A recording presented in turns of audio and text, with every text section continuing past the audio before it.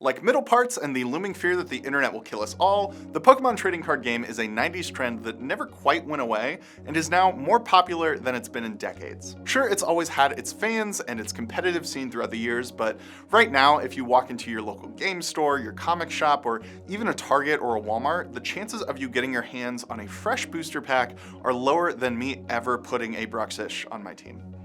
You disgust me. How did we get here? Where did all these cards go? And what does it have to do with Logan Paul and stolen Happy Meal toys? What is it?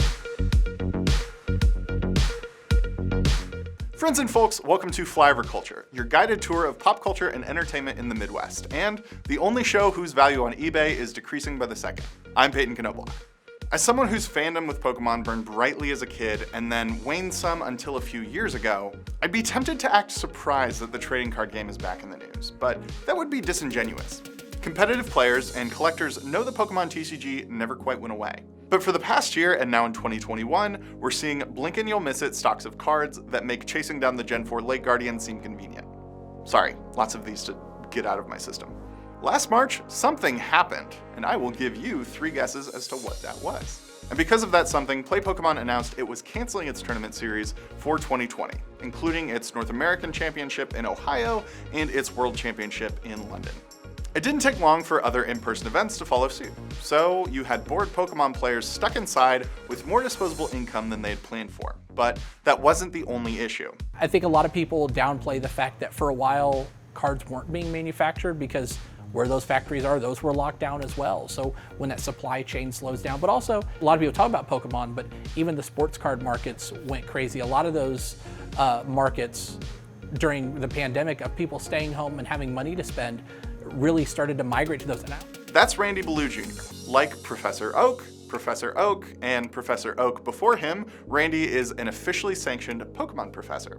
He runs tournaments, events, and generally acts as an ambassador for the card game.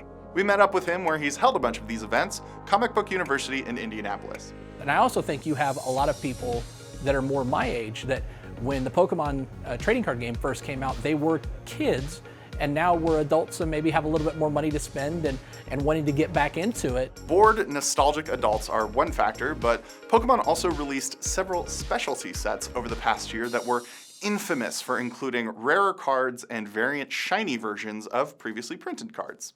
Naturally, tracking those down was harder than usual.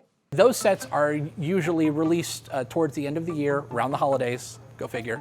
But the thing about those sets is, whereas normal sets, you have a booster box and you can just go buy loose packs. These sets are only released in certain promo boxes that will maybe have 4 packs or 6 packs, or the trainer boxes have 10 packs in them. Even though it is a lot of reprints and there's not a lot of new cards in there, there's a lot of ultra rares or shiny variants. Those sets are more popular with kids because the amount of ultra rares you can get are a lot higher. Boxes of these more popular sets like Hidden Fates or Vivid Voltage can run you anywhere from $75 to over $250 on the resale market. And that shiny variant of the VMAX Charizard from Shining Fates will run you about $300. She's got a point, she's an icon, she's a legend, and she is the moment. Now come on now. Now, while making this video, I was able to snag a couple of packs of the recent Battle Style set. I know overall it's not a great set, but my videographer Jacob tells me that these two are around $3 or $5 each, so later pores. I'd also be remiss if I didn't bring up one of the clout-hungry elephants in the room, influencers. Is now a good time to ask you to like and subscribe? The past year saw a bevy of new YouTubers and streamers get into breaks, or opening packs on camera to see what good stuff they got. I'll admit, there's something fascinating about it, or at least it makes for good background noise while I'm working. I can rock! Oh, I can rock! But the smaller streams pale in comparison to part-time boxer and internet bad boy, Logan Paul, who opened up a $200,000 box of the first edition base set cards in October of last year. Credit where it's due, the stream was a fundraiser for a mental health charity. But the stream was also one of the biggest bumps the TCG had seen in a minute. Army, 2 cards left. Oh! We got a Charizard! We got our first Charizard of the day! Oh my God!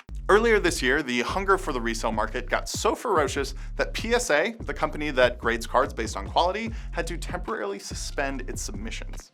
For someone on the opposite side of the counter, like Dare Grant at Comic Book University, the craze is impossible not to notice.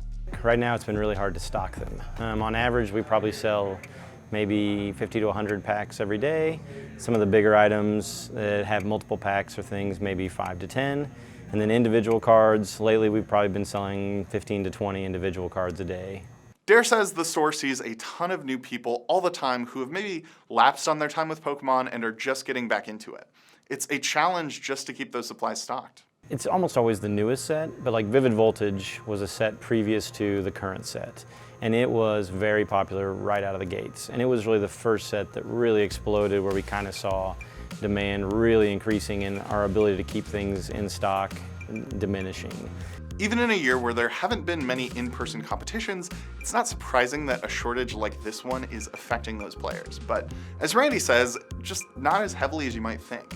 So a lot of your competitive players, some will buy product. I'm personally the type like, dude, I like opening packs, it's fun. But you'll get a lot of your competitive side will just buy single cards. They'll just buy the cards they need for decks. And really it's a full ecosystem that helps each other because the collectors open packs to find the cards they want, and then in turn they sell maybe the cards they don't need, but they'll sell the competitive cards to the competitive players that give them money to go buy more product. They don't want to open a bunch of product because I don't need all those, I just need what I'm playing with. Even if competition isn't being significantly impacted by the shortage, some people say the spirit of the game definitely is. That came to a head earlier this year when, for Pokemon's 25th anniversary, McDonald's put specialty card packs in their Happy Meals. And where there are things meant for kids, there are adults there to ruin it. When I saw people trying to buy entire cases of the promo cards, it's like, that's not who it's for. I know of quite a few younger kids of, kids of friends of mine that have developed an interest from getting those Happy Meal promos, and that's what those are intended for. Hey everyone, Peyton here with a quick update. I was in the middle of editing this episode when I got a text from Pokemon card collector and videographer extraordinaire Jacob, who sent me this. So yeah, it looks like Target is wholesale just suspending its sales of Pokemon cards. Also included in this are sports cards like MLB and NBA, but the big headline here is the Pokemon cards. And to be honest, this is not that all surprising.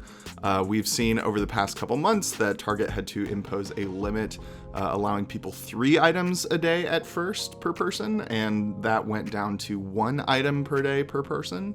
And after reports of people camping out overnight when Target is set to restock, and Target saying that they'll call the cops on people. So on the whole, this news is not all that surprising, but it is a big thing to drop. On top of this, there have also been reports that Walmart is no longer stocking Pokemon cards in its stores, although the retailer says that those rumors are untrue. I reached out to Rob, the owner of Comic Book University, just to get his thoughts, and he did say that he doesn't think it'll significantly affect smaller local stores, but it won't hurt either.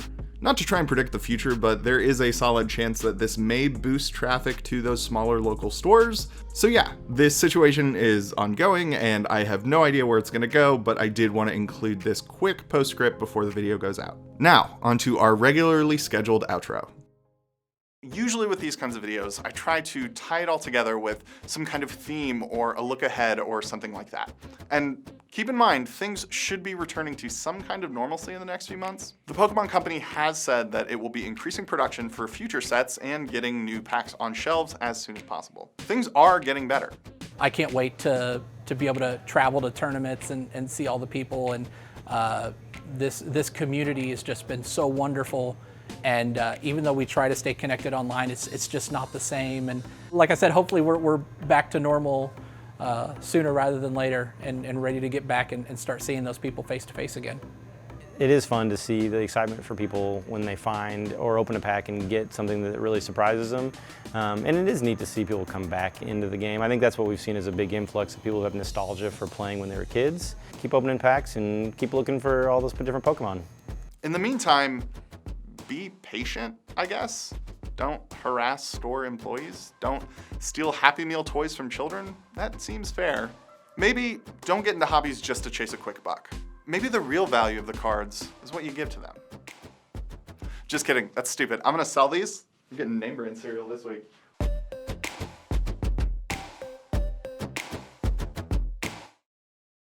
Hi, thanks for watching Flyover Culture. This has nothing to do with anything. I like it and I wanted to have it. If you enjoyed this, please like and subscribe and do all those things. And we will be back soon with more Flyover Culture. Thanks. See you next time.